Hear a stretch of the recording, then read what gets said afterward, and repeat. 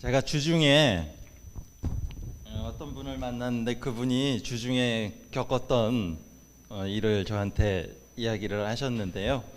그 경험이 하도 진기하고 귀하여서 여러분과 함께 나누고자 합니다.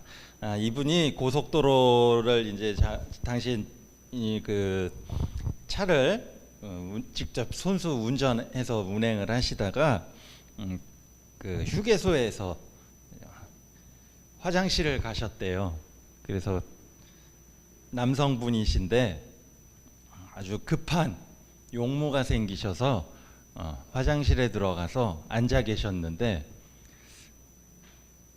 옆 칸에서 누가 안녕하세요 사장님 이러더래요. 누구지?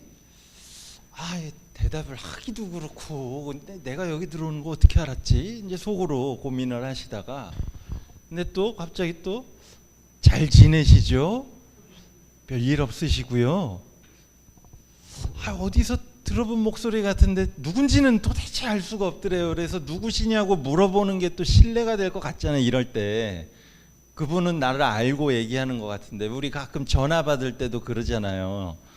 그래서 그냥 자연스럽게 예, 잘 지내고 있습니다. 이렇게 얘기를 했대요. 근데 또 뭐 집에는 별일 없으시고요. 뭐 사모님은 잘 지내시죠? 또 이러더래요. 옆 칸에서.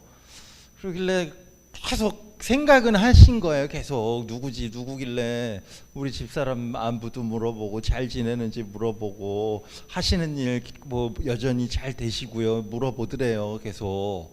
그래서 예 덕분에 잘 됩니다. 계속 이렇게 얘기를 하고 있었는데 옆 칸에서 하는 얘기가 근데 사장님 전화를 이제 끊어야 될 것 같네요. 이러더래요. 그래서 예? 이랬더니 예? 또 이랬대요. 뭐 용무도 얘기 안 하고 그냥 뭐 잘 지내시죠? 집안 안부만 묻더니 전화를 끊어야 될 것 같네요. 그래서 예? 그랬더니 옆에서 누가 자꾸 대답을 하네요. 이러더라는 거예요. 여러분 목소리 구분을 잘 하셔야 돼요.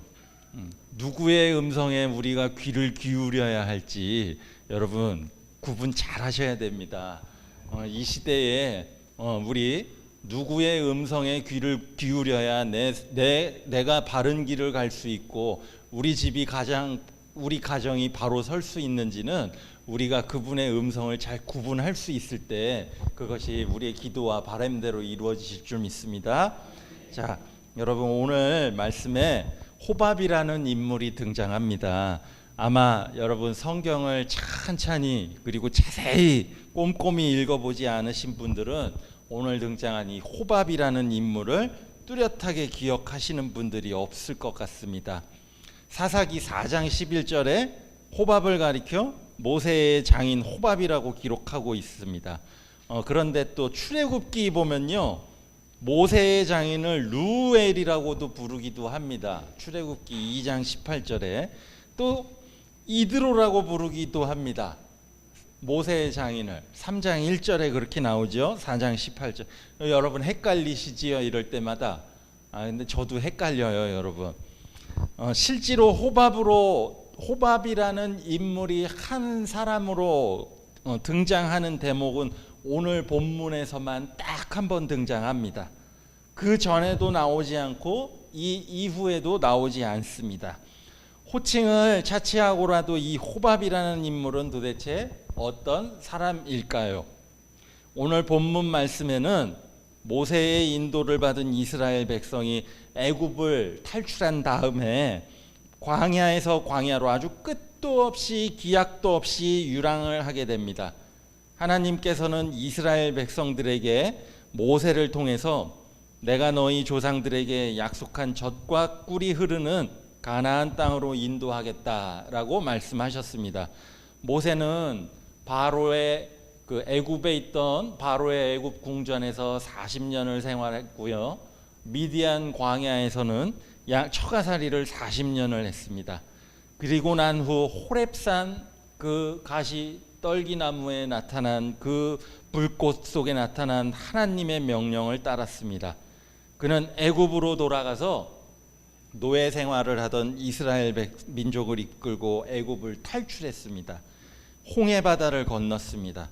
이후에 모세와 이스라엘 백성은 수르 광야, 신 광야, 르비딤 광야, 그리고 신의 산에 이르러 하나님과 계약을 맺고 하나님의 명령대로 하나님을 위해 성막을 짓고 하나님께 봉헌을 합니다. 거기서 이스라엘의 12지파 족장들이 각각 진영에서 숫자를 파악하고 진열을 정비한 후에 하나님이 주시겠다고 약속하신 그 가나안 땅을 향해서 진군하기 시작합니다. 그래서 그때 이 출발을 앞두고 대대적인 그 이스라엘 민족을 이끌고 하나님이 약속하신 그 땅을 향해 가기 직전에 바로 오늘 이 장면, 그때 모세는 호밥에게 부탁을, 기란내를 청하게 되는 것입니다. 본문의 기록을 그대로 읽어보면은 호밥을 가리켜 모세의 장인 미디안 사람 루엘의 아들 호밥이라고 부르고 있습니다. 자, 모세의 표현을 보면 모세의 장인 미디안 사람 루엘의 아들 호밥, 그냥 처남이라고 하면 되는데요, 그렇죠? 이렇게 어렵게 길게 풀어서 썼습니다. 이래서 우리가 간혹가다 성경을 이해하기 어려운지도 모르는 것 같습니다. 자, 성경이 담고 있는 그 의미를 보다 잘 이해할 수 있는 방법 없을까요? 자, 이 성경 이야기가 쓰여졌을 같은 시대에 유럽에서는 여러분이 잘 아는 호메로스가 일리아드와 오디세이아를 라는 그 유명한 책을 썼던 시절입니다. 똑같은 시절인데 호메로스의 문체 속에는 없는 것이 있습니다.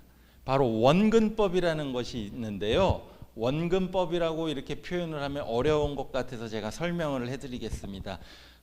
그 오디세이아라는 그 유명한 호메로스가 쓴 그 서사시를 보면 이런 장면이 나옵니다.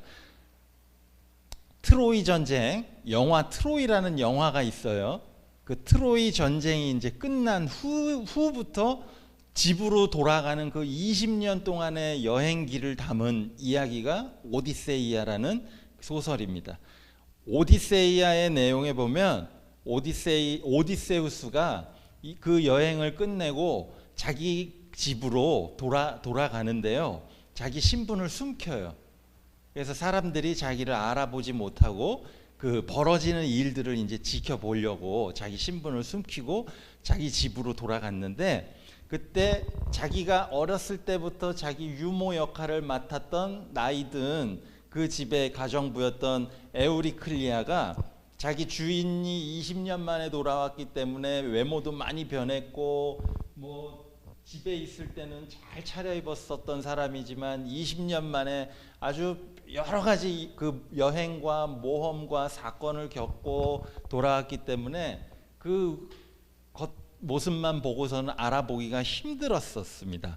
그런데 그 아주 길 가는 아주 신분이 허름한 나그네인 줄 알고 그 가정부가 그 오디세우스의 발을 닦아주는 장면이 나옵니다. 그러다가 그 오디세우스의 허벅지에 나 있는 그 흉터를 발견하게 됩니다. 그리고 그 흉터를 발견하고 깜짝 놀라는 장면이 나와요. 왜 그럴까요? 20년 전에 그 전쟁을 나섰던 자기 그 집 주인이 가지고 있었던 똑같은 그 흉터를 발견하게 됨으로써 이 사람이 바로 나의 그 이 집 주인이었던 오디세우스구나 하고서 알아차리는 장면이 나옵니다.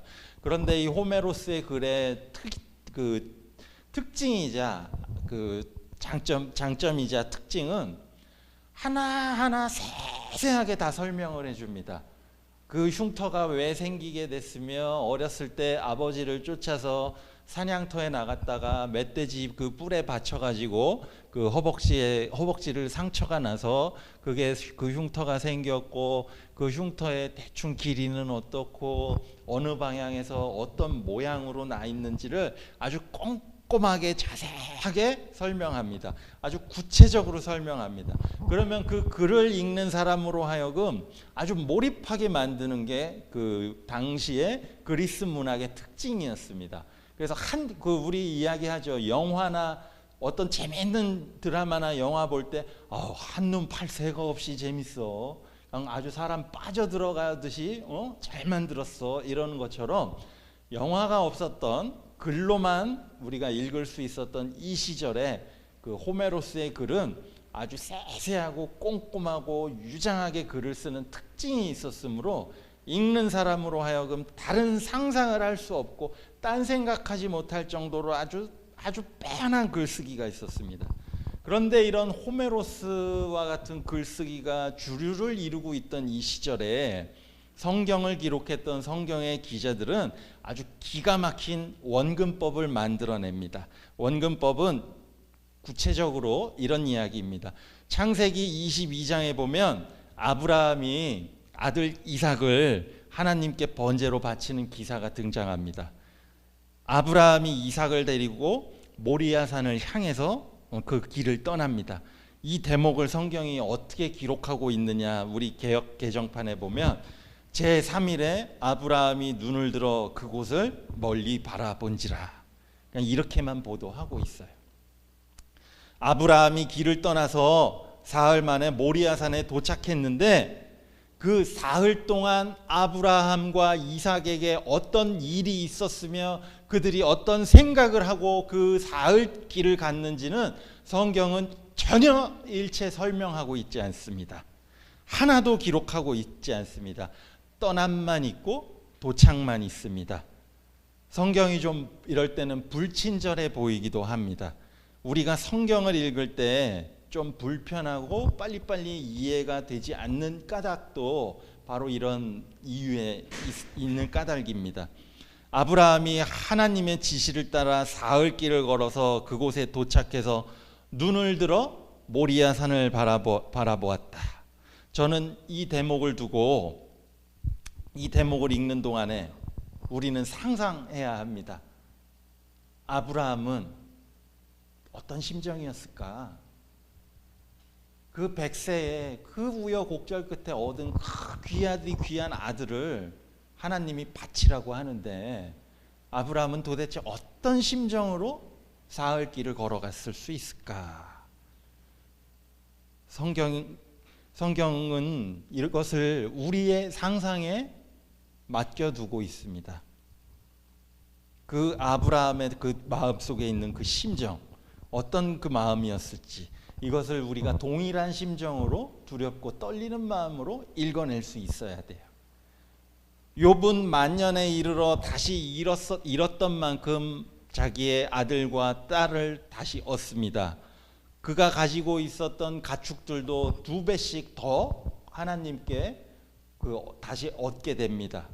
복을 받았다고 하지요. 그런데 성경 어디에도 그렇게 돼서 욥이 행복했다라고는 전하고 있지 않아요. 우리가 읽고 느껴보라는 거예요. 성경은 욥의 심정까지는 설명해 주고 있지 않습니다. 또 나사로가 죽었다는 소식을 듣고 예수님은 요단강 저편에 계셨다고 했는데 우리 친구 나사로가 죽었다. 그 소식을 들으시죠. 그런데 성경은 뭐라고 전해요? 예수님이 그 이야기를 듣고 바로 달려가셨다고 하던가요? 요단강 그 저편에 며칠을 더 묵으셨다? 이틀을 더 묵으셨다라고 전하고 있습니다. 이틀 동안 뭘 하셨다고는 전하고 있지 않아요. 뭐 그렇게 별로 바쁘셨던 것도 같지 않은데 그 이야기를 듣고 즉각적으로 달려가시지 않습니다. 이것 역시도 읽는 우리로 하여금 도대체 예수님으로 하여금 왜 이틀이나 더 요단강 저편에 머물도록 하셨는가? 이거는 읽는 우리의 숙제로 성경은 남겨두고 있습니다. 그렇기 때문에 이것이 조금 불편할 수도 있지만 그래서 이것들을 설명해 주는 사람마다 그 설명이 다르기도 하기 때문에 일치되지 않기 때문에 우리가 때로는 헷갈리기도 하지만 오히려 성경의 저자들은 그 결말과 그 해석을 읽는 우리들에게 남겨줌으로써 우리의 상상력을 자극하게 되고 상상력을 자극하게 만들고 성경을 읽는데 오히려 더 열린 결말로서 그 읽는 재미를 여러분들 몫으로 남겨두는 까닭입니다. 이것을 바로 성경이 갖고 있는 원근법이라고 표현합니다. 그래서 제가 저희 교회에서 오후에 성경 공부할 때 이런 대목들이 있으면 아브라함이 사흘길 가는 동안 어떤 일을 겪었을까? 아브라함이 사흘 동안 어떤 심정을 마음속에 그 마음의 변화가 있었을까? 이것을 한번 다음 주에 각자가 느낀 바대로 한번 써와 보시라 하고서 숙제를 내준 적이 있습니다. 자, 그랬더니요, 그 다음 주에 아주 놀라운 이적이 벌어졌습니다. 단 한 사람도 써온 사람이 없었습니다, 여러분. 자, 우리 참빛교회 성도 여러분들은 아주 다음 주에 과제를 내주시면 저는 없지만 다 잘 써오시리라 믿습니다. 네, 아멘 하신 분에게만 하나님의 큰 복이 있을 줄 믿습니다. 네, 먼저 아멘 하신 분께만 있습니다. 네. 이게 우리가 그만큼 성경을 읽을 때 성경이 전하고 있는 이야기를 머릿속으로 그려내고 머릿속으로 상상해내고 머릿속으로 이렇게도 생각해보고 저렇게도 생각해보는 그 상상력의 기반이 그만큼 부실하다는 것을 반증하는 이유이기도 합니다. 그렇지만 실망할 필요는 없습니다, 여러분.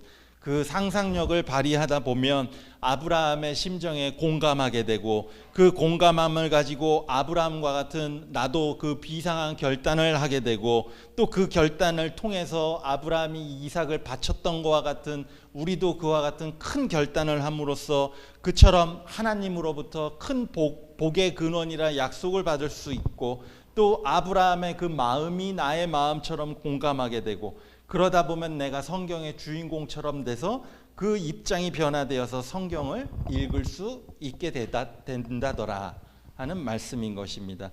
자꾸만 노력하면 성경은 우리에게 지금보다 더 많은 이야기를 여러분들에게 보여주실 것입니다. 제가 잘 쓰는 표현이 하나 있는데요. 성경은 장구한 세월 동안 인류의 경험이 들어있는 문서입니다. 적어도 신약 성경만 하여도 바울이 최초로 쓴 이후로 2000년이 흘렀습니다. 구약 성경은 그것보다 더 오랜 시간이 걸렸고요. 장구한 인간사의 경험들이 이 속에 책 한 권 속에 들어 있습니다. 그래서 이 안에는 성경 안에는 주름이 많이 잡혀 있습니다.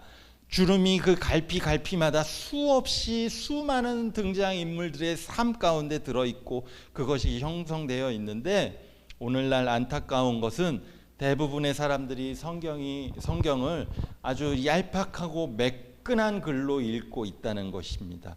자기가 아는 선에서만 이해하려고 하고 자기가 아는 선에서만 읽고 있기 때문에 그냥 하나의 답만을 성경에서 찾고자 한다는 것입니다. 그렇게 이해하다 보니 우리 기독교도 얄팍해지진 않았는가 하는 생각을 떨쳐버릴 수가 없는 것입니다. 그러니까 여러분, 이 성경 속에 갈피 주름진 수많은 이야기들을 끄집어낼 수 있는 상상력을 우리가 발휘하게 될 때 우리는 성경을 읽는 그 시간이 즐거워지고 우리는 성경을 읽는 그 시간이 더욱더 큰 은혜의 시간이 될 줄 믿습니다. 자, 다시 본문으로 돌아와 보겠습니다. 모세는 또다시 언제 끝날지 모르는 여정의 채비를 갖춥니다.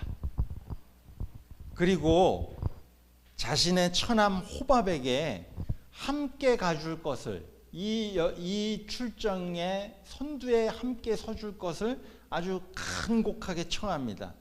호밥이 누굽니까? 광야에서 태어났고 광야에서 그 삶의 기반을 세웠던 사람이기 때문에 누구보다 광야에 대해서 지리적으로 밝았던 사람이고 누구보다도 광야에 있을 법한 위험에 대해서도 잘 알았던 사람입니다. 사막에는 우리가 겪어보지 못한 짐승들도 있습니다. 사막에는 아주 우리가 상상도 못할 험악한 일들이 벌어지고 강도도 많이 있었을 것입니다. 또 다른 부족들이 아주 그 사막 곳곳에 위험처럼 도사리고 있었습니다. 그런데 그 광야에서 태어나고 자란 호밥은 그 광야길을 잘 알고 있었습니다. 물과 샘이 어디 있는지도 잘 알았을 것이고 사막의 기후 변화에도 능통하게 대처할 수 있었던 사람이었습니다. 한마디로 말하자면 사막 전문가였던 사람입니다. 모세는 호밥에게 당신이 가라는 대로 갈 테니 앞장서 달라, 섭섭하지 않게 대우해 주겠다라고 아주 간청을 합니다. 처남매부 사이지요. 이 정도 부탁 능히 들어줄 수 있지요. 우리 함께 가자라는 모세의 요청을 그런데 전혀 뜻밖으로 호밥은 이런 지하에 단칼에 거절해 버립니다.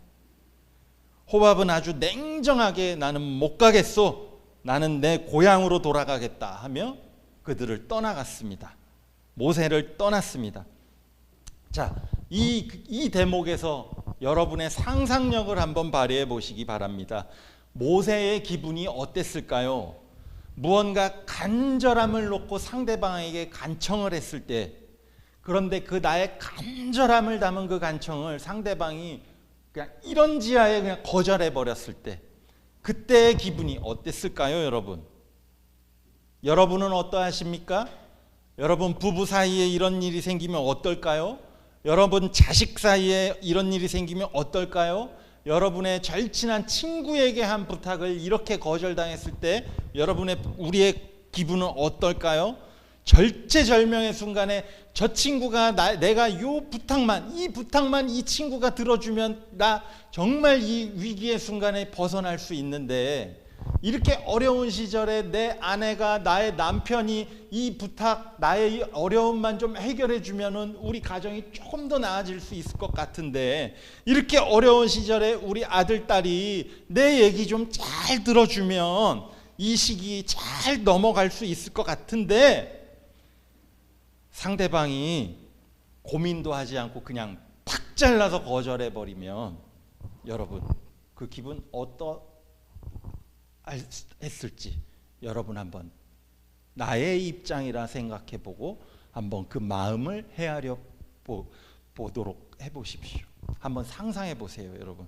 저는 모세의 심정, 고린도 후서에 보면 수고함으로 낳은 자기 교우들에게 등돌림 당하고 면박당한 바울 사도의 심정과 다르지 않았을 거라 생각합니다. 겟세마네 동산에서 십자가의 죽음을 앞두고 제자들에게 깨어서 기도해라. 그 제자들 스승이 죽음의 위기를 앞두고 피땀을 흘려 기도했고 돌아왔을 때에 누워서 자는 모습을 보고 마음은 원이로되 육이 따르지 않는구나. 이 말 한마디로 예수님의 심정 표현할 수 있을까요? 십자가상에서 나의 하나님 어찌하여 나를 버리시나이까? 하나님을 향해서 끝까지 침묵하시고 나를 십자가에서 구원해 주시지 않았던 하나님을 향한 원망 섞였던 그 예수님의 말씀, 그 말씀 속에서도 여러분 예수님의 심정을 이해할 수 있고 예수님의 마음이 그 마음이 내 마음이 되는 그런 노력을 해보셔야 성경이 여러분의 눈을 트여주실 줄 믿습니다. 자, 이러한 마음에 공감하는 마음이 커질 때 하나님께서는 우리에게 더 큰 세계를 열어 보여주실 것입니다. 우리가 세상의 중심이신 이 하나님을 향해서 가까이 가려고 할 때 우리는 그 하나님께 가까이 가면 갈수록 우리의 이웃에게도 가까이 갈 수 있는 거예요. 또 반대로 우리의 어려운 이웃을 향해서 내가 점점 가까이 다가가려고 할 때 그 이웃들을 내가 도와주기 위해서, 그들의 어려움을 해결해 주기 위해서 그들에게 내가 향하여서 내 마음을 쏟을 때 결국은 또 우리는 하나님과 가까워지게 되는 거예요. 모세는 상하고 야속하고 배신감 드는 그 마음을 추스리고자 호밥과 함께 걸어온 저 황량한 광야를 바라보면서 지난 시간을 회상합니다. 한참을 생각에 잠깁니다. 우리가 어떻게 여기까지 왔을까? 한참을 회상에 잠깁니다. 지난 시간을 떠올려 봅니다. 매 순간순간 한순간도 예상치 못할 일들이 벌어졌습니다. 긴박했던 여정이었습니다. 순간순간 그 순간을 모면하기 급급했던 어려운 일들이 있었습니다. 그렇기 때문에 산 넘어 산이었고 하나의 장벽을 넘으면 더 큰 어려움이 있었던 그 시기였기 때문에 어떻게 여기까지 올 수 있었는가 뒤를 돌아볼 여유가 없었던 것입니다. 그래서 그는 한 가지 그동안 잊고 있었던 것이 있습니다. 모세는 애굽을 떠나온 지금까지의 시간을 돌이켜 봅니다. 불타는 떨기나무 속에서 하나님을 만났습니다. 그 하나님께서 젖과 꿀이 흐르는 땅으로 인도하겠다고 약속하셨습니다. 유월절 경험을 하게 하셨습니다. 자기의 눈으로 홍해 바다가 갈라지는 이적을 보게 하셨습니다. 갈 길 몰라 배회하는 백성들을 향해 낮에는 구름 기둥, 밤에는 불 기둥으로 인도하셨습니다. 아침 저녁으로 만나와 메추라기를 주셔서 줄임배를 채우게 해주셨습니다. 최신 무기로 무장했던 아말렉과 같은 큰 족속들과의 싸움에서도 하나님께서는 승리로 이끌어 주셨습니다. 그랬던 그 시간들을 이제 와서 돌이켜봤더니 그 시간들이 다 하나님의 은혜의 시간이었다는 거예요. 오늘 말씀의 제목처럼 뒤 돌아보니 발자국마다 은총이었다는 거예요. 내가 지금까지 오는 동안에 매번 불평, 불만, 투성이뿐인 이 백성들을 앞으로 어떻게 인도해야 할까? 내가 어떻게 할 수 있을까? 나는 능력이 부족한데 산더미 같은 이 문제에만 내가 몰입해서 살다 보니까 지금까지 내가 누구의 보호와 누구의 인도 속에 바로 여기까지 오게 되었는지를 망각하고 있었던 거예요, 모세는. 그래서 그토록 믿고 의지했던 자기 처남 호밥에게 앞으로의 여행길을 부탁을 했지만 그가 이런지하의 나의 부탁을 거절하고 떠난 다음에 그 섭섭했던 마음, 절망했던 마음 또는 분노했던 그 마음을 추스려 보니 그래서 내가 지금까지 온 길을 돌이켜 보았더니 걸음걸음마다 발자국마다 다 하나님의 은혜였다라는 거예요. 여러분, 여러분의 인생을 잘 뒤돌아보십시오. 곰곰이 찬찬히 떠올려 보십시오. 지금까지 살면서 나에게 꼭 필요하다고 생각했었던 것들, 나에게 정말 중요하다고 생각했었던 것들, 나에게 정말 중요하다 생각했던 사람들, 중요했던 관계, 중요하다고 생각했던 우리가 가장 좋아하는 물질도 떠나가 버리고 우리 가정의 경제가 무너졌을 때 정말 또 사랑하는 이들을 떠나보내야 했던 어떤 어려운 아픔을 겪었을 때 그런 일들이 그런데 결국은 그 어려움을 통하여서 내가 지금 돌이켜봤더니 오히려 하나님과 더욱더 가까워지는 계기가 되었다라는 거예요. 떠나보냈을 때 관계가 깨졌을 때의 그 안타까움 말로 어찌 표현할 수 있겠습니까? 그래서 정말 가슴 아팠고 정말 괴로웠지만 시간이 흐른 뒤에 뒤를 돌아보았더니 그동안 내가 걸어온 발자국마다 은총이었네 라고 고백하게 되었다라는 것입니다. 합력하여 선을 이룬다는 바울 사도의 가르침을 깊게 새기시길 바랍니다. 좋은 일들만 모여서 선이 되는 것만은 아닙니다. 때로는 내 앞에 직면한 문제들이 오히려 하나님과 깊은 교제를 확인할 수 있는 인생의 전환점이 되기도 한다는 것입니다. 그렇다면 내가 걸어온 발자국마다 은총이었음을 고백하는 그 삶은 어떠해야 할까요? 그 답은 본문 33절부터 마지막 36절에 담겨 있습니다. 하나님의 인도하심을 확신한 모세는 하나님의 말씀을 새긴 그 돌판이 담겨 있는 법궤를 앞세우고 이제 출정을 준비하기 시작합니다. 잠시나마 잊고 있었지만 이제는 하나님의 말씀에 의지해서 그래서 확신에 찬 그 모세는 다시금 멀고 험난한 여정을 떠나게 됩니다. 하나님만 바라봅니다. 사람의 지혜와 사람의 경험에 의지하지 않고 하나님의 말씀에 의지하고 하나님의 능력에 생명을 걸기 시작했습니다. 그랬더니 하나님의 말씀이 담긴 법궤가 쉬는 곳에서는 그들도 쉬었고, 그 법궤가 떠날 때는 낮에는 구름 기둥, 밤에는 불 기둥으로 법궤 위에 나타나서 가야 할 곳을 인도했다고 합니다. 그들은 구름 기둥이 멈추면 가던 길을 멈추었고 움직이면 같이 따라서 움직였습니다. 그럴 때마다 모세는 기도했습니다. 출발할 때도 기도합니다. 여호와 하나님이시여 일어나시옵소서, 우리 앞에 나아가소서, 방해물을 없애 주시옵소서. 도착해서도 기도합니다. 주여 돌아오시옵소서, 주여 우리와 함께 하시옵소서, 주여 이 백성에게 복을 내려 주시옵소서 라고 기도하게 되는 것입니다. 출발할 때도 기도하고 도착해서도 기도하는 것입니다. 기도로 시작해서 기도로 마치게 되었다는 것입니다.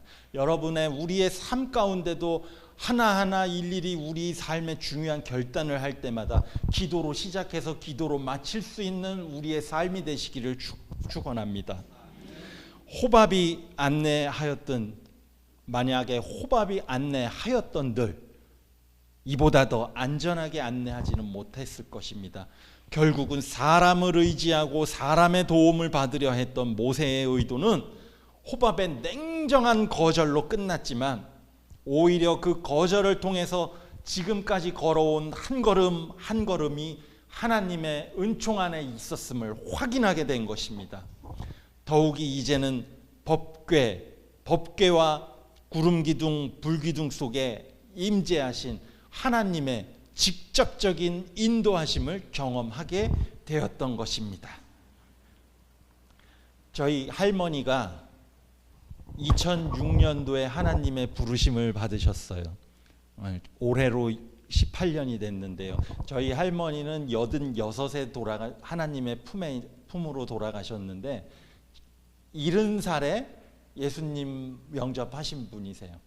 그래서 교회 직분도 명예 집사 직분이셨어요. 권사님은 못 되셨고, 저희 할머니가 70세에 신앙생활 시작하시기 전에는 아주 충실한 불자셨어요. 절에 가시는 날이면 그날 아침에는 살생하면 안 된다고 하다못해 달걀 하나도 깨지 않으셨던 분이십니다. 그리고 아주 열심히 그 불자로서의 생활 잘 하셨던 분이세요. 그래서 지금처럼 길에서도 오며 가며 또는 집에 계시면 교회에서 전도 나오는 분들이 있으면 꼭 이기셔야 되는 분이셨어요. 말 한마디 지지 않아야 되는 분이셨고, 그랬던 그분이 70살의 연세에 그 과거의 삶을 이제 버리시고 예수님으로 신앙생활을 시작하게 되셨는데, 이사를 오셔서 그 앞집에 계셨던 분이 권사님 부부셨는데, 그분들이 나중에 들어봤더니 앞집에 사시는 저희 할머니 할아버지 그 집 대문을 놓고 십자가를 그으면서 예수 믿고 구원받게 해달라고 기도를 그렇게 열심히 하셨다고 합니다. 저희 가정에 저희 그 할머니 자녀분들 중에는 막내 이모가 제일 먼저 신앙생활을 시작하셨어요. 그래서 그 막내딸이 신앙생활의 그 뜨거움, 얼마나 그 처음 믿을 때 첫사랑이 뜨거워요. 늘 집에 와가지고, 저는 그때 초등학생이었으니까 잘 모르겠는데, 엄마 내가 저기 교회 다녔더니 이런 경험도 했고 기도를 했는데 뭐가 보이고 그러면서 엄마 아빠를 전도하려고 어떤 이야기를 했던 그 기억은 나요. 근데 아주 저희 할머니 단호하셨던 분이세요. 그런데 어떤 계기가 돼서 그 과거의 삶을 버리시고 신앙생활을 시작하면서 어떤 체험을 하셨는지는 모르겠지만 계기가 분명한 건 있으셨어요. 맏며느리셨거든요. 맏며느리다 보면 그 시절에 뭘 많이 지내요? 1년 중에 제사 많이 지내죠. 제사가 지긋지긋하셨는데 교회 다니면 제사 안 지내도 된다는 그 말씀이 그렇게 강렬하게 다가오셨던가 봐요. 그래서 정말로 교회 가면 제사 안 지내도 되냐? 그게 어쨌든 믿음의 길에 발을 들여놓는 그 첫 발자국이셨습니다. 그래서 할아버지하고 갈등이 좀 있으시긴 했는데, 제가 봤을 때 어렸던 시절이지만 주도권은 할머니한테 있었거든요. 그래서 결국은 할아버지도 할머니 따라서 교회에 다니기 시작하시고, 할아버지도 하나님의 부르심 받기 직전에 세례 받으시고 신앙 고백하시고 그렇게 부르심을 받으셨어요. 근데 저희 할머니한테 제가 궁금해서 어렸을 때 물어보기 시작하는 거예요. 할머니 늘 성경을 읽으셨거든요. 제가 이제 고등학교 졸업하고 어느 정도 제가 20살이 넘어서 성인이 됐을 때 제 눈에 시간 날 때마다 보면 안방에서 혼자 기도하시고 시간 날 때마다 성경을 읽으시는데, 할머니 1년에 성경 몇 번 읽어 할머니? 그러면 그 연세에도 글을 다 읽을 줄 아셨어요. 그래서 1년에 한 4번 정도 읽는다. 그러면 할머니 성경 읽다 보면 제일 좋은 말씀이 어느 말씀이야? 그러면 저희 할머니 하시는 말씀이, 여러분 개역 한글 성경, 여러분 지금 갖고 계신 개역 개정판 말고 개역 한글 성경에는요, 예수님께서 무슨 말씀을 하시면 요즘에는 예수께서 가르쳐 이르시되 했는데 개역 한글엔 뭐라고 나왔죠? 그렇죠? 저희 할머니가 하시는 말씀이, 할머니 어느 말씀이 성경에서 제일 좋아 할머니 물어보면, 할머니 가라사대가 제일 좋다. 왜요? 그 뒤에는 분명히 예수님께서 좋은 생명의 말씀을 해주신다. 나는 길이요 빛이요 생명이다. 심령이 가난한 자는 복이 있다. 이 예수님의 말씀이 나온다는 거예요. 이때부터 할머님이 성경이 어쩜 이렇게 재밌는 줄 모르시겠다는 거예요. 그러면서 성경을 많이 읽으셨던 분이시고요. 그 연세에도 기도생활 열심히 하셨어요. 돌아가시기 몇 년 전까지만 해도 이제 몸의 기력이 쇠해지셨을 때도 저에게 어느 정도 돈을 주시면서 어디 한약방에 가면은 내가 주문해 놓은 약이 있으니까 그걸 찾아오라는 거예요. 할머니 많이 힘들어요. 이제 그러면 새벽 기도 가야 되고 금요철야 가려면은 나 보약해 먹어야 돼. 기도해야 돼. 그러면서 저에게 해주신 말씀, 이 말씀 드리자고 이야기 꺼낸 건데요. 저희 할머니 하신 말씀이 있으세요. 예수 믿고 천국 가게 됐고 구원 얻게 됐고 감사하고 나 하나님 만나게 돼서 너무너무 감사한데 하나 아쉬운 게 하나 있어. 조금만 더 일찍 믿었으면, 조금만 더 내가 젊었을 때 그 어렵고 힘들었던 그 시절에 일제강점기 겪었고 6.25 겪었고 저기 대구까지 피난 갔다 오고 그 6남매 그 자식 새끼들 어렵게 키우고 부평에 있는 미군 부대에서 그 군인들 빨래해서 그 벌은 돈으로 자식들 공부시키고 그렇게 힘든 시절 겪었는데, 그때 내가 예수님 알았으면 우리 자식들 우리 집 조금 더 나아졌을 텐데 이거 하나 아쉬운 거 있다. 조금 더 일찍 믿었으면. 여러분, 하나님의 인도하심에 확신이 있는 분들은 이렇게 고백합니다. 다른 거 불평하지 않습니다. 다른 거 아쉬운 거 하나 있다면 조금만 더 하나님 알았으면, 조금만 더 일찍 예수님이 나의 구주이신 줄 고백했으면, 조금만 더 지금까지 걸어오는 이 길이 예수님께서 인도해 주시는 길임을 내가 확신하고 걸었으면, 어려움이 있더라도 이 어려움도 함께 해주시는 분이 계시다는 그 확신이 있으면 조금 더 덜 힘들게 걸었을 텐데, 조금 더 기쁘게 걸을 수 있을 텐데, 이거 하나 아쉬움이 남아. 여러분, 이런 인도하심에 확신 가지시고 신앙생활 하시길 바랍니다. 자, 여러분, 감리교회 창시자인 존 웨슬리도 어느 날 자기가 설교를 하는데 인도하심에 확신이 들지 않는다는 거예요. 마음이 허전하고 내 마음속 어딘가가 공허한 날이 생겼다라는 거예요. 기도를 해도 풀리지 않는 거예요. 그래서 자기 그 친구에게 찾아가서 이 이야기를 털어놓습니다. 나 지금 요즘 이런 고민이 있는데 어떡할까? 그랬더니 그 독일 모라비안 교도인 그 친구가 이런 얘기를 해줍니다. 그런 확신이 생기지 않거든 확신이 생길 때까지 설교해. 확신이 생길 때까지 설교하고 그러다가 확신이 생기면 그 확신 가지고 더 열심히 설교해. 그러면 이적이 생길 거야. 자, 반대로 여러분 확신이 생기지 않으십니까? 그럼 거꾸로 여러분은 확신이 생길 때까지 들으세요. 확신이 생길 때까지 예배에 참석하세요. 확신이 생길 때까지 말씀을 사모하세요. 그러다가 확신이 생기시면 그 확신 가지고 더 기쁜 마음으로 예배에 참석하세요. 그 확신 가지고 말씀 사모하시고 그 확신이 든 마음 가지고 어려운 내 이웃들을 찾아가시기 바랍니다. 그리하면 여러분의 삶의 자리도 변화가 될 것이고 여러분의 인생도 더욱더 주님의 깊이 있는 삶으로 변화되실 줄 믿습니다. 여러분, 세상이 우리로 하여금 낭망하게 하고 세상이 우리로 하여금 근심하게 하여도 슬퍼하거나 두려워하지 마시기를 바랍니다. 지금은 내 어깨에 짐이 너무 무겁고 힘겹고 고되고 쓰러질 것 같지만, 그래서 포기할 것 같지만 여기서 한숨 고르고 지난날 받았던 은혜의 시간을 기억해 보시길 바랍니다. 지난날 받았던 그 은혜를 떠올려 보시길 바랍니다. 더 어려운 시절도 견뎌왔습니다. 더 어려운 문제도 극복해 왔습니다. 보이지 않는 손길로 하나님께서 함께 하셨기 때문입니다. 그러니 여러분 힘을 내시길 바랍니다.